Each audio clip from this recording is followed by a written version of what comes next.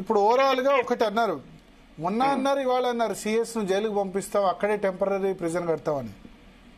అది అన్నారు, అది నేను కూడా ఉన్నాను కోర్టులో అన్నప్పుడు. వాళ్ళు అన్నారు ఒకవేళ కనుక వాళ్ళు కరెక్ట్ యాక్షన్ ప్లాన్ తో రాకపోతే మేము జైలుకు పంపేయడం కూడా వెనుకాడము అని అన్నారు. అండ్ అండర్ ఆర్టికల్ 142 మేము ఎన్వైరన్మెంట్ ప్రొటెక్ట్ చేయడానికి ఎంత దూరం అని వెళ్తామని అన్నారు. ఓకే, ఆర్టికల్ 142 ఏం చెప్తోంది? This is a special power given to the Supreme Court.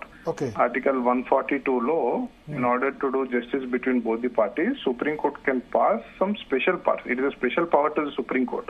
Okay. Okay. So దాంట్లో వాళ్ళు ఆ స్పెషల్ పవర్ ని యూజ్ చేసుకుని వాళ్ళు ఎన్వైరన్మెంట్ ప్రొటెక్ట్ చేయడానికి మేము ఎంత దూరం కన్నా వెళ్తామని కాషన్ చేయడం జరిగింది. For protection of environment and ecology will go out of the way అని కూడా out of the way and beyond. ఇంకొకటి అండి, ఇక్కడ ఇంపార్టెంట్ థింగ్ ఏంటంటే ఇప్పుడు స్టేట్ ఈరోజు మీరు వాదన చూస్తే మీరు చూసే ఉంటారు, మేము జరిగిన దాని గురించి చెప్పడం కాదు, మేము ప్లాన్ తో వస్తాం అంటున్నారు. సో హాఫ్ వే లో దే ఆర్ యాక్సెప్టింగ్ ఇట్.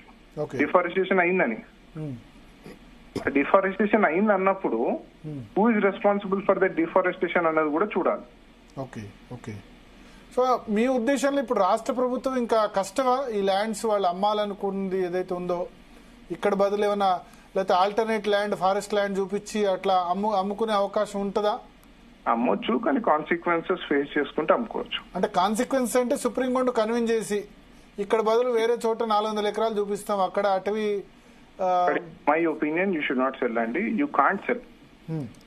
అంటే ఇప్పుడు ఫారెస్ట్, ఎందుకంటే రాష్ట్ర ప్రభుత్వం ఏమనుకుంటుందంటే ఇది హాట్ కేక్, దీని మీద 10,000 కోట్ల లోన్ కూడా వచ్చింది. ఒకటి. రెండోది వాళ్ళు ఏమంటారంటే కాళేశ్వరం ఫారెస్ట్ కాళేశ్వరం ప్రాజెక్ట్ గానీ మల్లన్న సాగర్ గానీ దానికి కూడా చాలా డిఫారెస్టేషన్ జరిగింది, దాని బదులు ఆల్టర్నేట్ గా వేరే దగ్గర ల్యాండ్ ఇచ్చారు, అట్లా మేము కూడా చేయొచ్చు కదా అని అంటారు. Exactly, but that is a drinking water project. There is a difference. మీరు ఐటీ పార్క్ కి కడతా అంటున్నారు, మీ జియోఎంఎస్ నెంబర్ 54 లోనే ఉంది కదా. The purpose of the use is for IT park and mixed use. Whereas Kaleshwaram project is for drinking water. Okay. So ఇప్పుడు environment loss ప్రకారం drinking water అయితే ఇబ్బంది లేదు, essential need. They are exempted. IT park ద్వారా కూడా ఉద్యోగాలు వస్తాయి కదా, వీళ్ళు 5 లక్షల ఉద్యోగాలు కల్పిస్తాం అంటున్నారు ఇక్కడ. అంటే ప్రియారిటీ కాదంటారు. అంటే ఐటీ పార్క్ ప్రియారిటీ. వాటర్ అనేది it is a basic human need అండి. Okay. Whereas IT park, I think it is not basic human need. Okay, okay.